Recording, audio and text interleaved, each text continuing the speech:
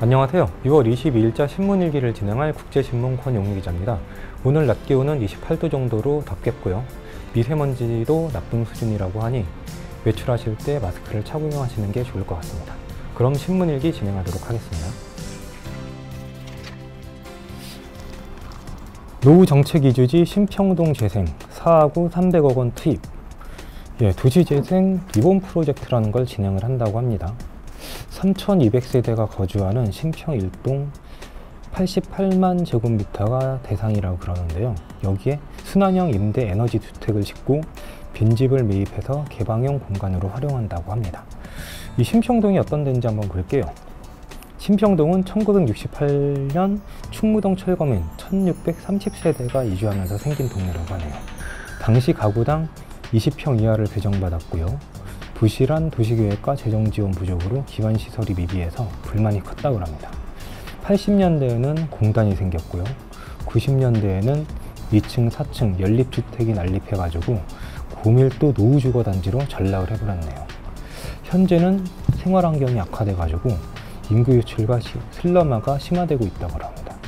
1996년에 26,000명 수준이었는데 지난해에는 17,000명 수준으로 줄었네요. 거의 10,000명 줄은 거죠. 일단 노후주거단지인 신평동 일대를 재생 사업에 들어가는 건 찬성을 합니다. 워낙 그쪽 지역이 노후됐기 때문이죠. 특히 제가 출입할 때는 보면은 거의 나무 한 그루 제대로 본 기억이 없다는 생각이 듭니다. 왜냐하면은 공단이 생기고 연립주택이 있으니까 녹지를 조성할 특별한 명분이 없었습니다. 그렇다 보니까 거의 시멘트 도시 비슷하게 됐는데요. 이런저런 시설을 드리는 것도 좋습니다. 그렇지만 지금부터 나무를 한 그루라도 계속 심어 나가는 게 더 중요할 것 같네요.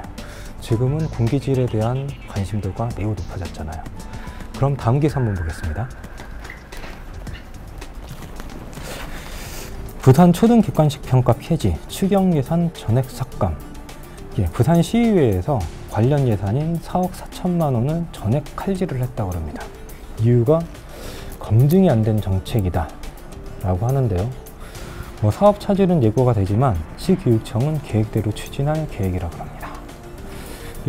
시교육위에서 왜 반대하는지 한번 간단히 볼게요. 시교육위원회는 새로운 서술형 평가 방식이 부산의 전체 초등학교에 도입되고 모든 학생과 학부모 교사에게 직접적인 영향을 미치는 중요한 교육정책이라고 그러네요.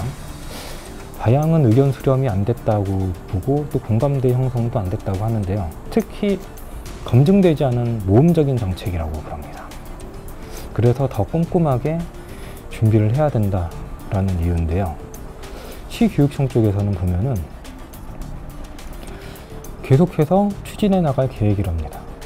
계획을 한번 살펴볼게요. 시교육청은 서술 논술 중심 평가 방식이 교육 현장에 하루빨리 뿌리를 내려야 된다고 보고 매뉴얼까지 마련하고 교사 연수에서 나설 방침인데요. 오는 7, 8월에는 평가 전문가 연수를 하고 2학기 교과서 성취 기준 중심의 다양한 서술 논술형 문항을 제공한다고 합니다.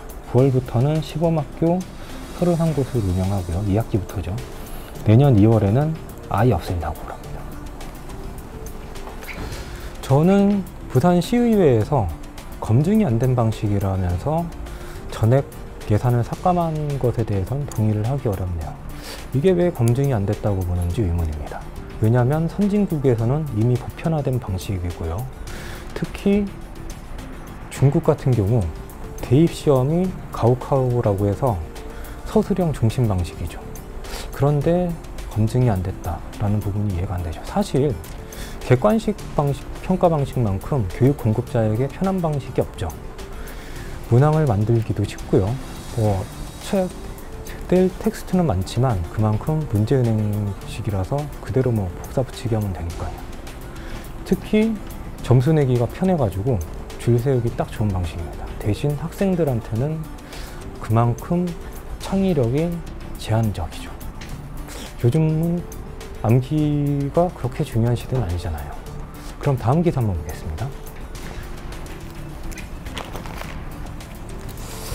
화장실 간다는 말 오해한 교사가 학생 뺨 때려.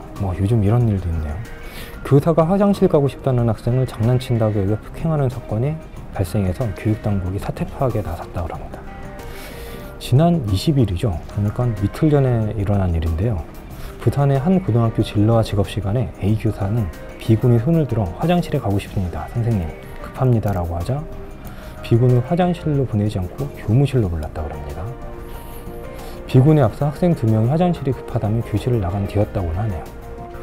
A 교사는 교무실에서 B군의 뺨을 서너 차례 때렸다 그러고요. 시교육청은 B군에 앞서 학생 2명이 손을 들어 화장실을 간 뒤여서 교사가 학생들이 자신을 조종한다고 생각을 했다고 그럽니다. 예. 세상이 많이 바뀌었다는 생각을 합니다.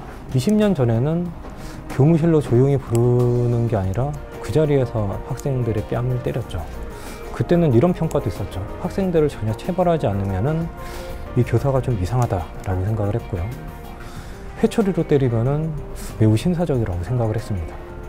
뺨을 때리는 게 일반적이라고 생각을 했고요. 어떤 학부모 같은 경우는 뺨을 때리는 선생님이 혹시 손에 무리가 가지 않으실까 걱정하는 경우도 있었습니다. 최소한 제가 다니는 고등학교에는요. 그만큼 세상이 많이 바뀌었다는 거죠. 이제 학생들이 폭행이라고 생각을 하고요. 그 손으로 때리는 것을 바로 교육당국에 신고를 하고요. 참 이제 세상이 바뀌었다는 걸 실감하게 되네요. 지금까지 국제신문 권영희 기자였습니다. 고맙습니다.